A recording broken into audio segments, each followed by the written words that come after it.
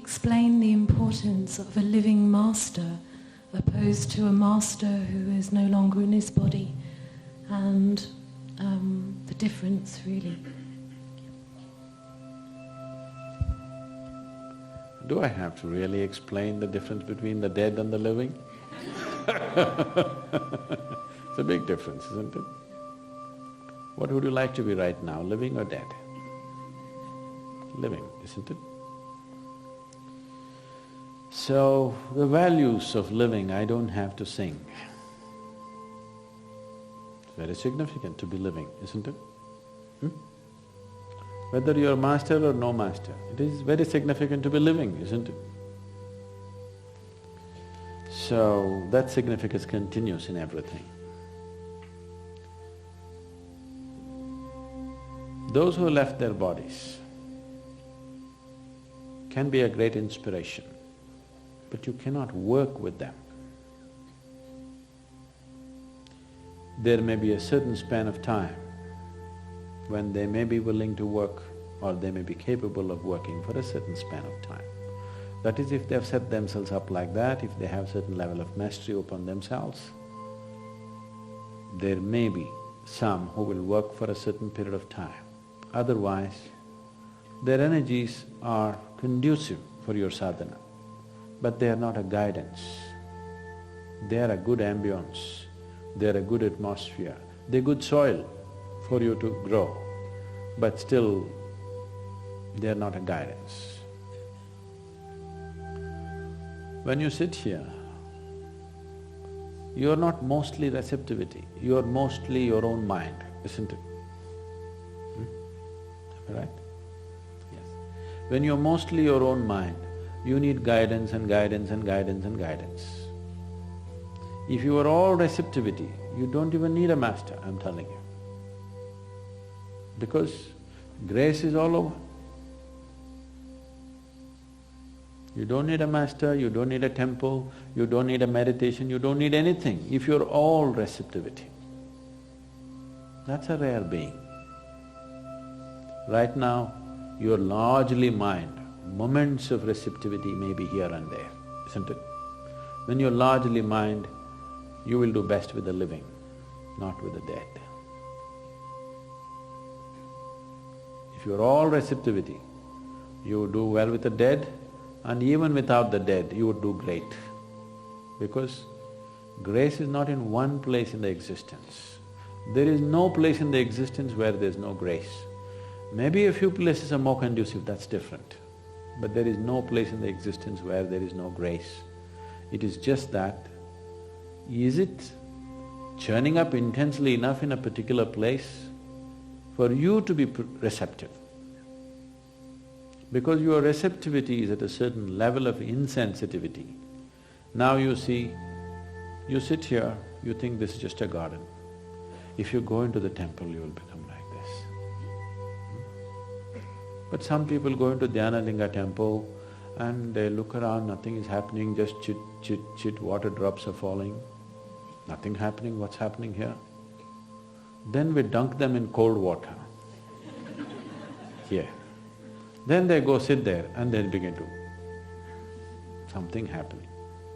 There are some, even if you dunk them 3 times in the cold water, nothing happens, they go sit there and still look up and down. You take them there to Bhairavi, suddenly they are up. These are different types of energies. It is not that here it's any less, even here it is, but it is not in the same level of intensity that you can perceive. Wherever you are, it is there. You know, there used to be boats, I don't know if they're still there, I've not come and checked. First when we came and opened the triangular block, which was the only thing, actually we had only one hut, and the first thing we built in the triangular block was one room and we built the toilet block. Then I found people had toilet problems. What's a toilet problem? It once happened, Shankar and Pillai went to the doctor and said, "Doctor, I have some serious toilet problems." Then doctor asked, "What is the problem? You are not able to urinate, you're not able to pee, No doctor perfect, every day 6 o'clock in the morning, like clockwork it happens. So your bowels are not moving, what's happening? No doctor is perfect, every day at 7 o'clock in the morning, like clockwork, always on the dot. Then doctor thought about it, then what is the toilet problem you have? Said, but doctor, I always get up at 8 o'clock.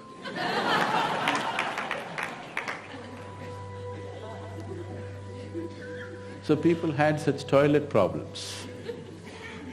Not that it was not happening, it was happening little messy. So I asked him to put up a board that divine is here also. Inside every toilet, when you close the door, when you sit down, says divine is here also. So that you sit with some sanctity. Sit can be a spiritual process. After all, the whole spiritual process is to cleanse yourself. It is one of the most… the best cleanup jobs you can do in a day. Yes? So, grace is there also, I am saying. It's not any less in the toilet. But you may not be able to feel it in the toilet because you want to finish your job and go out of that place. Temple is more conducive, not just in atmosphere, even in terms of energy. It is made conducive so that you can feel it. Right now there is life energy everywhere, but you're not able to take it in. You have to make food in a certain way and consume it, then only you are able to take it in. A goat comes and grazes this grass and he is nourished.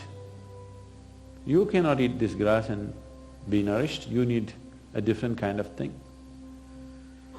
There are many insect forms, there are many other microorganisms where for them 90% of their life energy happens because of sunlight and air.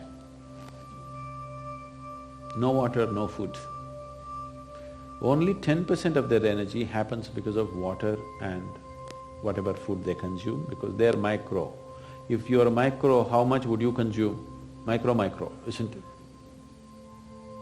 So, even in you, if you become very receptive, you will notice, you will see on a particular day, if you remain very ecstatic through the day, you will see the volume of food that you eat will just come down because your receptivity is better.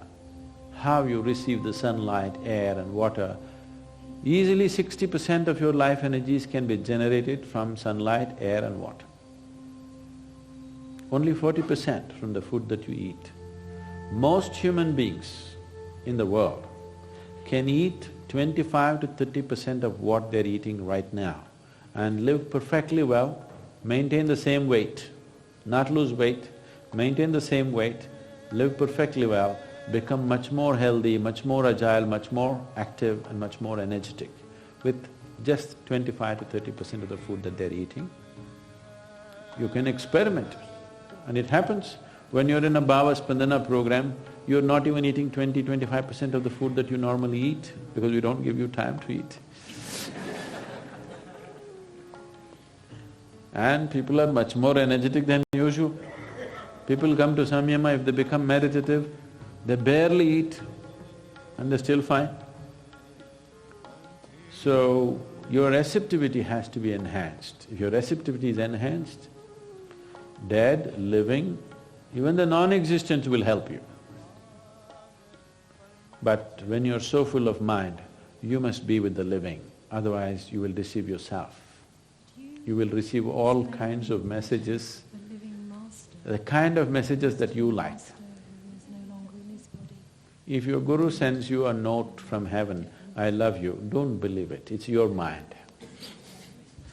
Yes, it's your mind, he doesn't do such things. The dead and the living? It's a big difference, isn't it? It's economical to receive love letters from heaven because it doesn't cost any paper. You know, it's ecologically very sensitive issue. The values Paper. of living, I don't have. So it's a very eco-friendly love affair. It happened. A boy, Master or no master? It is very significant to be living. Went to college. First day, he looked like this, on his left side there was a beautiful girl. So on a little piece of paper he wrote, "I love you, do you?" and passed the note to her. She wrote no and passed it back. He looked at it. Then he wiped out the no and gave it to the girl who was behind. She looked at it and she said yes and sent it back. The moral of the story is, save paper and save nature.